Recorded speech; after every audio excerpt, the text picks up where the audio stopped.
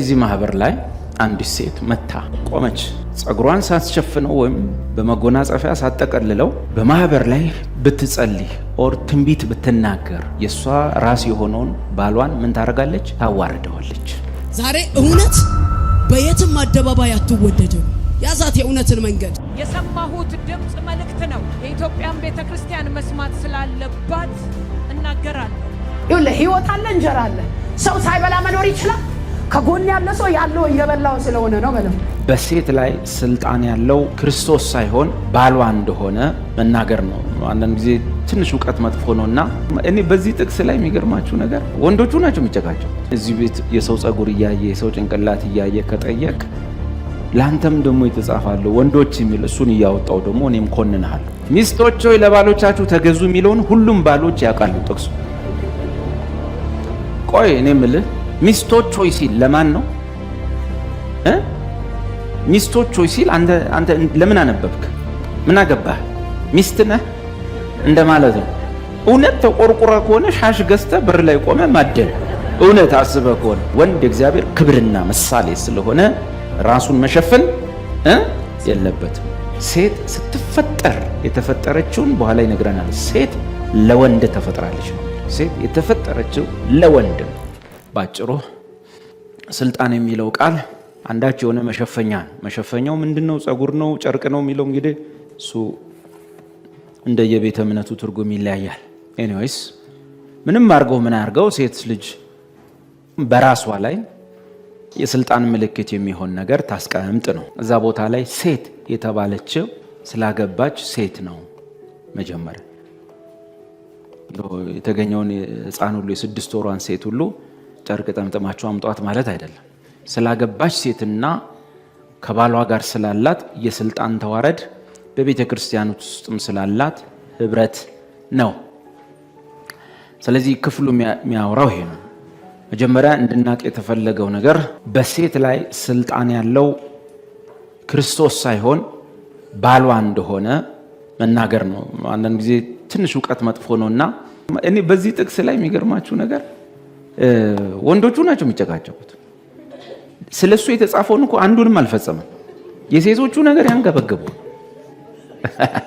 ኦኬ፣ እርግጠኛ ነኝ እቺን የጠየቀው ሰው ራሱ ወንድ ነው ማለት ያው ለዕውቀት እኔ እናንተ እናጠናዋለን፣ ማህበሩ ያጠናል። ግን ለሴቶች የተጻፈ ክፍል ነው። እሱ ክፍል ለማስተማር ከሆነ እህቶችን ሚስትህን ምናምን አሁን ትንሽ ከልስልሃለሁ። በተረፈ ግን እዚህ ቤት የሰው ጸጉር እያየ የሰው ጭንቅላት እያየ ከጠየቅ ላንተም ደግሞ የተጻፋለ ወንዶች የሚል እሱን እያወጣው ደግሞ እኔም ኮንንሃለሁ። እንደዚህ ተደርገን ነው እንግዲህ የምንኖረው ማለት ነው። አንዳንድ ጊዜ ትዝ ይላቸዋል። ባሎች ሆይ ሚስቶቻችሁን ውደዱ የሚሉትን ባሎች አያነቡትም፣ ማንበብም አይፈልጉ። ሚስቶች ሆይ ለባሎቻችሁ ተገዙ የሚለውን ሁሉም ባሎች ያውቃሉ ጥቅሱ። ቆይ እኔ የምልህ ሚስቶች ሆይ ሲል ለማን ነው? ሚስቶች ሆይ ሲል አንተ ለምን አነበብክ? ምን አገባህ? ሚስት ነህ እንደማለት ነው። ሚስቶች ሆይ ሲል ያ ክፍል ማንን ነው የሚመለከተው? ሚስቶችን አያገባህም። ለባልሽ ተገዢ ይላል ምናምን። እንዴት አጠናው? እንዴት አወቅከው? ምን አገባህ? ሚስቶች ሆይ ነው የሚለው ሚስት መሆን ጀመርክን? የሰው ጥቅስ አንተን ምን ይመለከታል? ይሄን ያዙልኝ። ባሎች ሆይ የሚለውን ደግሞ ሚስቶች ናቸው የሚይዙት። ሚስት ተገዢ የሚለውን አይዙ። ሚስቶች ሆይ የሚለውን ሴቶቹ አይሰሙ። ባሎች ሆይ የሚለውን ሴቶቹ ሁሉ ያውቁታል። አሁን ባሎች ሆይ ያውቁታል ሴቶቹ በሙሉ ማለት ባሎች ሆይ ሲል በቃ ይሄ እኔን አይመለከትም፣ ባሌን ነው። እስቲ የኔ ክፍሌቱ ነው። ሚስቶች ሆይ ቺነቼ እኔ ብሎ አይጠናም። እንደዚሁ ሴቶች በማህበር ላይ ሲል ወንዶች ናቸው የሚያጠኑት። ወንዶች በጣም ትኩረት ምንድነው እነሆ ሴቶቹ ምናምን ሻሽ ያረጉት 5 አይሞልም የቀረው ምናምን የሚለው ወንዱ ነው። ንባቡ የሚለው ሴቶች ሆይ ብሎ ነው ወይም ስለ ሴቶች ነው። እንዴት አነበብከው? ወንዶች ሆይ የሚለውን ፓርት ለምን አታጠና? ምን ብለን ነው ምን ጀምረው? አንድ እሱ ይሄን ምን መልሰው ለአሁኑ ጠያቂ ሳይሆን ለነገረኛ ጠያቂዎች እናኛ ሻሽና ድል በር ላይ ቆመን እዚህ ላስተምር ወይስ በዛ በር ላይ ቆሜ እህቶች እቺን ያሰራቸው እቺን እንበል? እውነት ተቆርቁረ ከሆነ ሻሽ ገዝተ በር ላይ ቆመ ማደል እውነት አስበ ከሆነ ይሄ በዚህ እንዳለ ወደ ንባቡ እንምጣ። ቦታው ላይ መጀመሪያ ሴቶቹ የሚለው ክፍል ወይም ወመን የሚለው ክፍል እና ቀጥሎ ደግሞ ወንዶ የሚለው ዛው ምዕራፍ ላይ ምዕራፋትና ወንድ የሚለውም ማን የሚለውም ባልና ሚስት ወይም ስላገቡ ሰዎች መሆኑን ማወቅ ከሱ ነው የምንጀምረው። አሁን እዚህ ላይ በደፈናው ነገር ግን የወንድ ሁሉ ራስ ክርስቶስ የሴትም ራስ ወንድ ስለሚል የዚህ ሁሉ ሴት ራስ ይሄ ሁሉ ወንድ ነው ብሎ የሚያስብ ሰው አለ። አይደለም። ይሄ ስለ ሴቶች ሳይሆን ስለ አንዲት ሴት በነጠላ ስለሷ የሴት ራስ ወንድ የሚለውም ወንዶች አይልም። የሴቶች ራሶች ወንዶች ናቸው አይልም። ይሄ ማለት የሆነ ሁሉ ሴት እየተነሳ እኔ እኮ ያንቺ ራስ ነኝ ልትል ነው ማለት ነው። ባይዞይ እዚህ ቤት ራሱ አሁን ይሄ የማይመለከተው ሰው አለ። የሴት ራስ ወንድ የሚለው እቺ ቃል ራስ የሚለው ቃል የማይመለከተው ሰው አለ። እኔን ይመለከታል። ራስ መሆን መብት አለኝ። ራስ ነው። ሀብቴ ራስ ሊሆን ነው ገና አልሆነም። እርርበሉ አቤል ራስ አይደለም። አሁን እስካሁን ይሄ የሴት ራስ የሚለው እዚች ጋር ለዚህ ክብር ያልበቃችኋላችሁ። የሚስቀው ይሄ ራሱ ምናምን ገብቷል። ቴዲ ራስ አይደለም እዛ ያላችሁ። ራስ የሚለው ቃል ትዳር ላለው ወንድ ነው። እናንተ አሁን ራስም እጅም እግርም አይደላችሁም የቀረ እንዴ ራስ መባል ቀላል አይደለም። ቀላል ማረግ አይደለም። ራስ ጎበና ዳጨ ሲባል ሰምታል። እንደዛ ማለት ከፊት ሳትሄድ ራስ የለም። የሴትም ራስ የሚለው ያገባች ሴት የሷ ራስ ወይም በሷ ላይ ስልጣን ያለው ወንድ ወይም ባሏ ነው። የክርስቶስም ራስ ወይም በክርስቶስ ላይ ስልጣን ያለው ማን ብቻ ነው? እግዚአብሔር እንደሆነ ልታውቁ ወዳለሁ። ይሄ ትልቅ ዕውቀት ነው። የሴት ራስ ወንድ እንደሆነ የክርስቶስም ራስ እግዚአብሔር እንደሆነ ይሄን እንድታውቁ ወዳለሁ። ያው ቃል አለ ላገባች ሴትና ለባለ ትዳር ነው ለማለት ወይም ሌላ እንግሊዘኛው ሌላም ቋንቋ የምትጠቀሙ አምጡ እንጂ አሁን እዚህ ውስጥ ራስ የሌላቸው ሴቶች ማአት ናቸው። ራስ ያልሆኑ ወንዶችም ማአት ናቸው። እዚህ ውስጥ ራስ የሆኑን ወንዶች የተወሰነነን፣ ራስ ያላቸው ሴቶችም የተወሰኑ ናቸው። የቀሩት ጭንቅላት ብቻ ነው ያላቸው፣ ራስ የላቸውም ማለት ነው። እሺ ያው ቃል አንብላችሁ። ነገር ግን ላስታውሳችሁ የምወደው አንድ ነገር አለ። ክርስቶስ በወንዶች ላይ ስልጣን አለው። ባሎች በወንዶች ላይ ስልጣን ያለው ማን ነው? ክርስቶስ ነው። እኔን እንዲህ የማድረግ መብቱ የማን ነው? የክርስቶስ ነው። በወንዱ ላይ ማን ነው? ክርስቶስ አለው። ክብር ለሱ ይሁን። ጸባይ ማሳመር ለመሰላየ በሚስት ላይ አንተ ነህ ራስ፣ ስታጠፋ አንተ ነህ። እንግዲህ እንደዚህ በአንተ ላይ ማን ነው? ክርስቶስ ነውና በዛ እጅ ካገኘህ ምን እንደምትሆን በማሰብ ነው ለሚስት ምትራራው ነው። ገብቶሃል? እሺ ወደ ቀጥለው። ክርስቶስ በወንዶች ላይ ስልጣን አለው። ክርስቶስ በወንዶች ላይ ስልጣን አለው። እኔ ጌታ ከነምናምን እወድሃለሁ አይ ላቭ ዩ። ባሎች በሚስቶቻቸው ላይ ስልጣን አላቸው። አዎ ስለ ባሎችና ሚስቶች ነው ለማለት። ባሎች በሚስቶቻቸው ላይ ምን አላቸው? ስልጣን አላቸው። ቀጥለው እሺ በዛው ንባብ እናነብና እሱ ራሱ ይመልስለት ለሰውየው። አንበው ሙሉ። እሺ ራሱን ተከናንቦ ወይም ባርኔጣ አድርጎ የሚጸልይ ወይም የሚሰብክ ወንድ በእርሱ ላይ ስልጣን ያለውን ክርስቶስን እንዳዋረደ ይቆጠራል። ስለዚህ ጭንቅላቱ ላይ ወይ ጥምጥም ወይ ቆብ ወይ ኮፍያ ወይ ምናምን አድርጎ የሚጸልይ ወይ የሚተነብይ ኦር የሚያስተምር ሰው በሱ ላይ ስልጣን ያለውን ክርስቶስን ያዋርዳል። ጠመጠም ካረግ፣ ቆብ አደረግ፣ ክብ አረከው፣ አራት ማዕዘን አረከው፣ ጨርቅ አደረከው።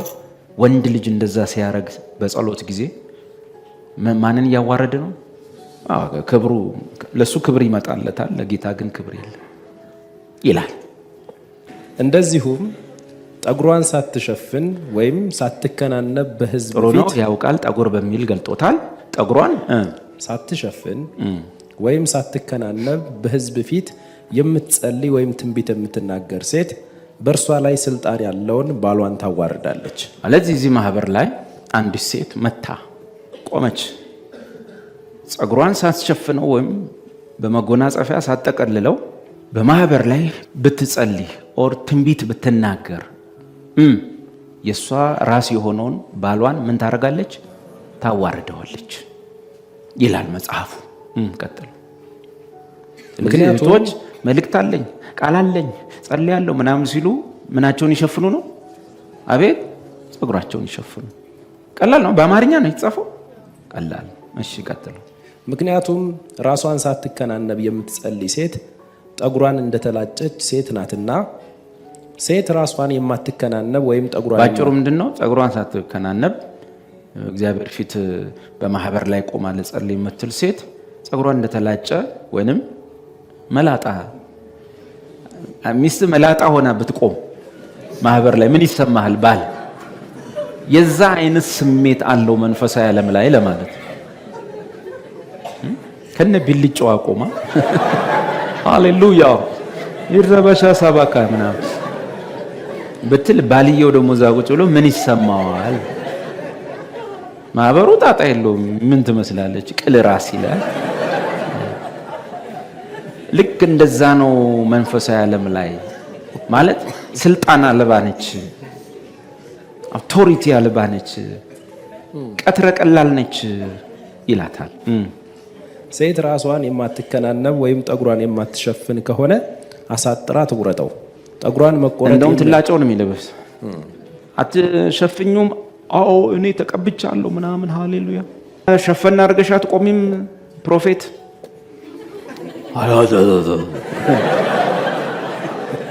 ነው። ጳውሎስ ምን ይላል?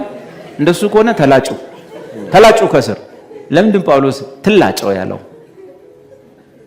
ትላጨው ያለው ለምንድን? ሴቶች የፈለገ ቢሆን በጸጉራቸው ሲመጡባቸው አይደራድ ማለት ነው። እዚያ ተላጨው ሲል አይ በቃ እሺ ከምላጨውማ ሸፍናለሁ እንድትል ነው እንጂ ሐሳቡ ደግሞ ነገ ተላጭታችሁ ይኸውና ጳውሎስ ባለው መሰረት ቢልጮ ነኝ አሁን አገለግላለሁ አይባልም። ሐሳቡ ትላጨው ሲል አይ ከምላጨው ብላ እንድትሸፍን። እማትላጨው ከሆነስ ቀጥል። ጠጉሯን መቆረጥ ወይም መላጨት የሚያሳፍር መስሎ ከታያት ግን አየ እንድታፍር ነው የተፈለገው። ጸጉሯን መቆረጥ ወይም መላጨት የሚያሳፍር መስሎ ከታያት ግን ራሷን መከናነብ አለባት። ያላት አማራጭ ሁለተኛው ነው፣ ራሷን መከናነብ ነው።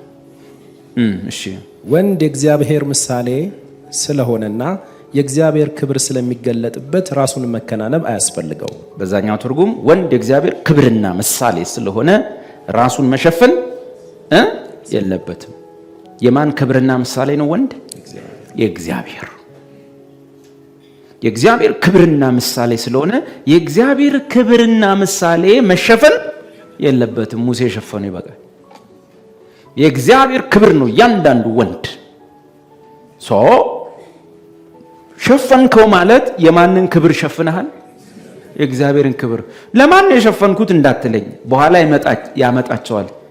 የሚያዩ አካላት አሉ አየር ላይ ሆነው በክርስቶስ ባለ እምነት ወደ እግዚአብሔር የቀረቡ ወንዶች ሁሉ የእግዚአብሔር ክብርና ምሳሌ እንደሆኑ የሚያውቁ ኃይላት አሉ። በብርሃኑም በጨለማ ዓለም ያሉ ኃይላት አሉ። እነሱ ጊዜ በኢየሱስ ስም ሰዎች 2 ወይም 3 ሆነው ሲሰበሰቡ ከሰማይ ይመለከታሉ።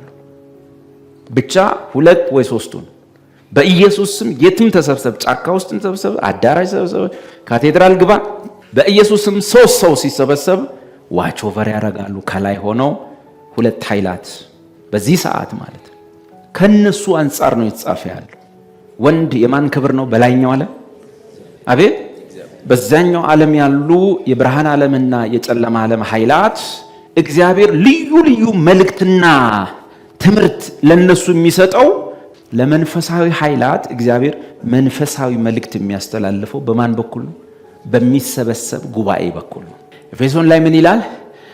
አሁን በአየር ላይ ላሉ አለቆችና ስልጣናት ቅዱሳን ኃይላትና ስልጣናት፣ እርኩሳን ኃይላትና ስልጣናት አሉ። ጊዜ አለቆች ስልጣናት ሲባል ብዙ ጴንጤ ቶሎ ጨለማውን ይመጣበት። በእኛ ዓለም ላይ ቀድመን የምናውቃቸው ኃይላት፣ ስልጣናት፣ አለቆች የትኞቹ ናቸው? የብርሃን ዓለም ላይ ያሉት ናቸው፣ ከሱራፌል የሚጀምሩት እና እነዚህ አንደኞቹ ናቸው።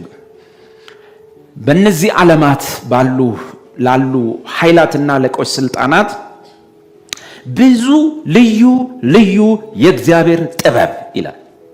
ብዙ ልዩ ልዩ የእግዚአብሔር ጥበብ አሁን በቤተ ክርስቲያን በኩል እነሱ ይገለጣል። ስለዚህ ዋች ኦቨር ያደርጋሉ። ሲያረጉ የተዋጁ ወንዶች ሁሉ የማን ክብርና ምሳሌ ናቸው? የእግዚአብሔር ክብርና ምሳሌ። ግን ይሄ የእግዚአብሔር ክብርና ምሳሌ የሆነ ሰው ራሱን ሲሸፋፍነው የማንን ክብር እየሸፈነ ነው? የእግዚአብሔርን ክብር እየሸፈነ ነው። እኛማ እዚህ ምን አልሸፈ ቆብ አረገ አላረገ። ቸርች ውስጥ ኮፍያ የሚደረገው ህመም ሲኖር፣ ከዛ ጋር የተገናኙ ነገሮች ሲኖሩ፣ ቁስል ምናምን ሲኖር ሰው ይሸፍናል። እና በዚህ ችግር የለውም፣ እግዚአብሔር ይረዳናል። ግን በተረፈ ወንድ ልጅ ገጭ አርጎ ኮፍያውን ራፐር መስሎ እዚህ መሃል መቀመጥ የለበትም። ሰው ለቅሶ ቤት እንኳን ሲገባ ይወለቃል። እንደዛ ነው። እሱ ይሄ ደግሞ እንትን አለ። እኛ ሁላችን ማስቲካ ማያኝክ አለ፣ ማያኝክ የለም አይደል? ጥርስ ያለው ሰው ያኝካል። ግን ቸርች ውስጥ ከባድ ነው። ትንሽ ይከብዳል። እንግዲህ ሐኪም አዞለት ይሆናል፣ ትቼዋለሁ። እንደዚህ ሐኪም ሲያዝላችሁ ካልሆነ ይከብዳል። ሴት ግን የወንድ ክብር ናት። ሴት ግን ወንድ የማን ክብር ነው? የእግዚአብሔር ክብርና ምሳሌ። እስቲ ወንዶች እኔ በሉ የእግዚአብሔር ክብርና ምሳሌ ነኝ። እዚህ ቀስ ክብር ስለሆነ ወንድ ነኝ በሉ እንዴ። ብለሲንጉን አየህ ለወንድ ልጅ ድገሙ። ወንድ ነኝ በሉ። እኔ ወንድ ክርስቲያን ነኝ በሉ። ስለዚህ የእግዚአብሔር ክብርና ምሳሌው በዚህ ምድር ላይ እኔ ነኝ በሉ። ሴት ግን አንብልኝ። ሴት ግን የወንድ ክብር ናት። ሴት የማን ክብር ነች? የወንድ ክብር ነች። የወንድ ክብር መሆኗን ለማወቅ ስታገባና ሳታገባ የነበርክበትን የህይወት ክብደት ማየት። ሳታገባ ቅድም እንዳልኩት ቀሽቃዣ፣ ቀልቃላ፣ ቁርስ መሳራት የተምታታብህ፣ ሰው አምኖ 10 ብር ማያበድር፣ መንግስት ሂሳብ ሹም የማያደርግ፣ ባንክ ማያበድር፣ ማረፊያ የሌለ፣ ዛሬ እዚህ ሀገር ታይተ ነገ የት እንደምደርስ ማትታወቅ፣ ተያዥ የሌለ ምናምን ብቻህን ስለሆን ቀትረ ቀላል ስለሆንክም ብዙ ጊዜ ለመታወቂያ የግድ ስትታዘዝ ነው ሄደ ፎቶ ቤት ጨንቆ የምትነሳ ፎቶ አትነሳ ስለማታምር። ለመጀመሪያ ጊዜ ብዙ ፎቶ የተነሳኸው ከልጅቷ ጋር ሰርግህ ላይም ሊሆን ይችላል፣ ወይም ከዛ በኋላ ባለው ለምን ሲባል እሷ ስትመጣ እንደዛ ነገሮች ይበዛሉ። ሴቶቹ ግን እኛንም ሳያገቡን ያለኛ ፎቶ በየአይነቱ ነው። እንደውም እኛን ሲያገቡ ነው የሚቀንሱት ይሆን አላውቅም። ፎቶ በየአይነቱ አልበም በአልበም ነው ያላቸው። እንደዚህ እያሉ እንደዚህ አይደል? በዚህ ነው። ለምን ያለኛ ያምራሉ፣ ወንዱ ግን አያምርም።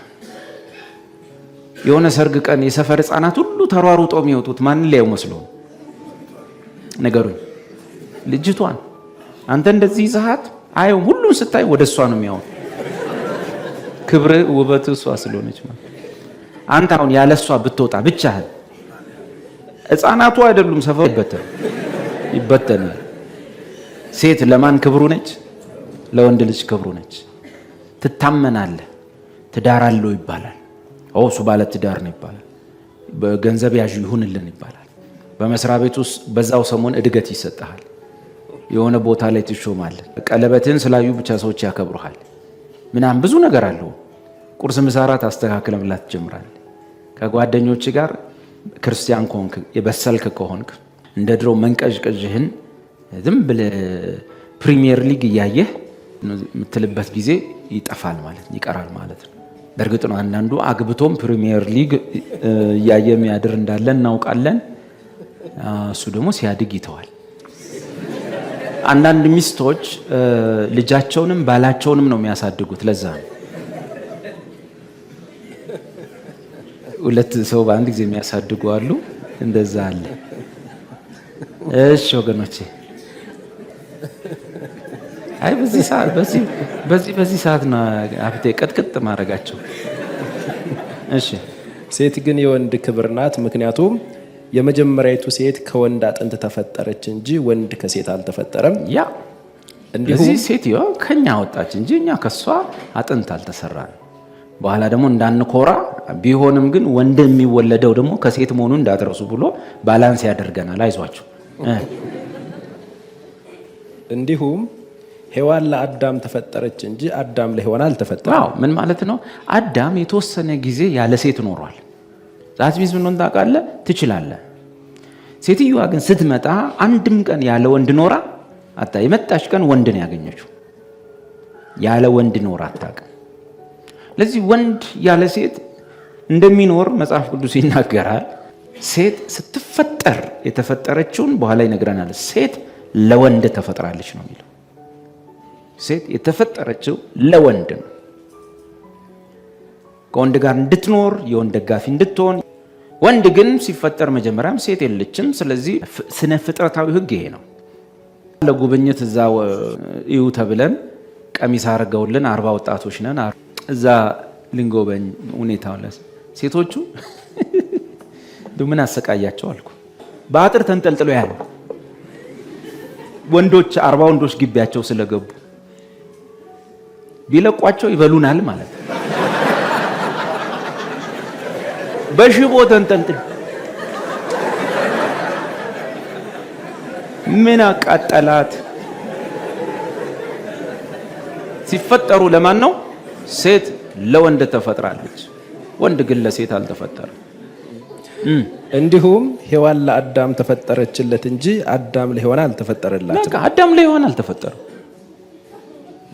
ስለዚህ ሴት በባሏ ስልጣን የምትተዳደር ለመሆኑ ማሳያ እንዲሆን በራሷ ላይ የስልጣን ምልክት ታሪክ። ሴት የወንድ ክብር ነች። ባጭሩ በማህበር መካከል ሴት የወንድ ክብር ከሆነች የወንዶች ክብር በቤተ ክርስቲያን ውስጥ መሸፈን አለበት። ሴት የምን ክብር ነች? ሴቶች ወሚስቶች የባሎቻቸው ሴቶች የወንዶች ምኖች ናቸው? ክብር ናቸው። ስለዚህ ሲሸፍኑት የማንን ክብር ይሸፍናሉ? የወንዶችን ክብር ይሸፍናሉ። ወንዶች ደግሞ የማን ክብር ናቸው? ሲገልጡት የማንን ክብር ይገልጣሉ? እግዚአብሔር። ወንዶች ግልጥ ሲሆኑ የእግዚአብሔር ክብር ይገለጣል። ሴቶች ሲሸፈኑ የወንድ ክብር ናቸው፣ የወንድ ክብር ይሸፈናል። ማህበር ላይ የማን ክብር ብቻ ይታያል? የእግዚአብሔር ክብር ይታያል። ቀጥለው ይህንን በማድረጓ መላእክት ሳይቀሩ ደስ ይሰኙባታል። አየህ፣ ይህን በማድረጓ ቅድም ከመላእክት የተነሳ በራሷ ስልጣን ልታኖር ይገባል የሚለው የሆነ መሸፈኛ ማለት ነው። ስልጣን የሚለው ይህንን በማየታቸው መላእክቶች ምን ይላቸዋል? አቤት ምን ይላቸዋል? ዋው ይላቸው። ምን አንተ እዚህ ቸርች ምንም የሰው ክብር አይታየኝም፣ ምንም የወንድ ክብር የሚባል የለም እና ምንድን ነው ሲያዩ ወንዶች ሁሉ ተከፍተዋል፣ ግልጥ ናቸው፣ የእግዚአብሔር ክብር ብቻ ነው የሚታየኝ ይላሉ መላእክቱ። ይህን ይመስላል ባጭሩ።